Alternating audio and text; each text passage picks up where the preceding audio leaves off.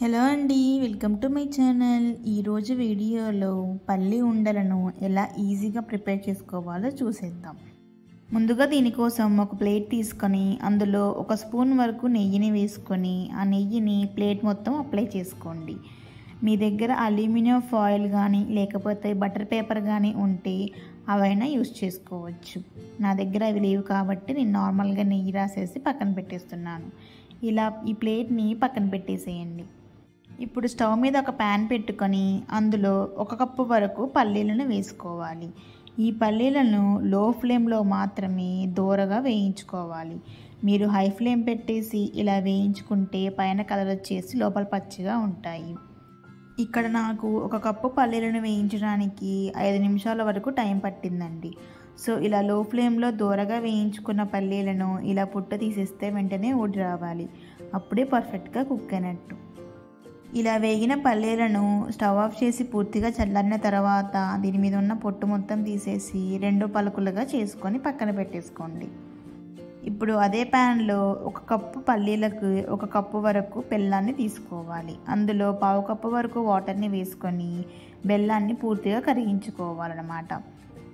ఇలా బెల్లం మొత్తం పూర్తిగా కరిగిపోయిన తర్వాత ఇది ముదురు పాకం వచ్చేంత వరకు పాకం పట్టుకోవాలి.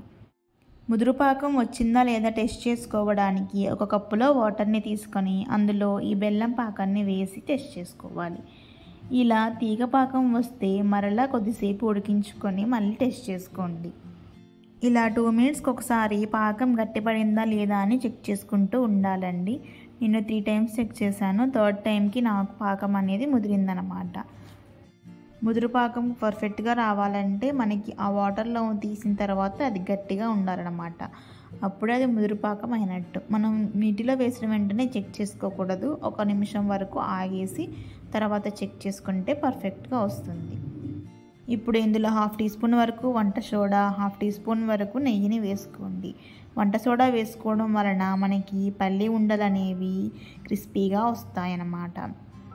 ఇవి పూర్తిగా కలిసిపోయిన తర్వాత ఇలా కలర్ చేంజ్ అవుతుందండి. అప్పుడు ఇందులో మనం ముందుగా వేయించుకున్న పల్లీలను కూడా వేసుకొని బాగా మిక్స్ చేసుకోవాలి. ఇలా మిక్స్ చేసుకునేటప్పుడు మంటని లో ఫ్లేమ్లో మాత్రమే ఉంచండి, లేకపోతే ఈ పాకం అనేది ఇంకా గట్టిపడుతుంది. ఇలా మిక్స్ చేస్తున్నప్పుడు గంటకి కొద్దిగా నెయ్యిని రాసుకొని మిక్స్ చేసుకోండి, లేకపోతే అతుక్కుపోతుందన్నమాట. సో ఇలా మొత్తం మిక్స్ చేసుకున్న తర్వాత దీనిని వెంటనే మనం నెయ్యి రాసుకున్న ప్లేట్లోకి ట్రాన్స్ఫర్ చేసుకోవాలి. దీనిని అస్సలు చల్లారనివ్వకూడదండి, ఎందుకంటే చల్లారే కొద్దీ ఈ పాకం ముదిరి ఇది గట్టిగా అయిపోతుంది. అప్పుడు మనకి లడ్డూలు చేయడానికి వీలుగా ఉండదు. సో ఇలా మొత్తం దగ్గరగా అనుకున్న తర్వాత కొద్దిగా తీసుకొని దీనిని మనం ఉండలలాగా చుట్టుకోవాలన్నమాట. ఉండలు చుట్టుకునేటప్పుడు చేతికి నెయ్యిని రాసుకోండి.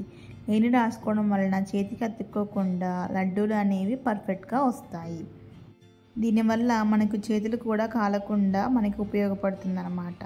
సో ఇలా మొత్తాన్ని ఉండలుగా చుట్టేసుకున్న తర్వాత దీన్ని ఎయిర్టైట్ కంటైనర్ బాక్స్లో ఉంచితే నెల వరకు నిల్వ ఉంటాయి. అంతే అండి, పల్లి ఉండలు చేసుకోవడం చాలా ఈజీ కదా. సో మీరు కూడా ఒకసారి ట్రై చేసి ఎలా ఉందో కామెంట్స్లో చెప్పండి. Thank you for watching. Please subscribe to my channel.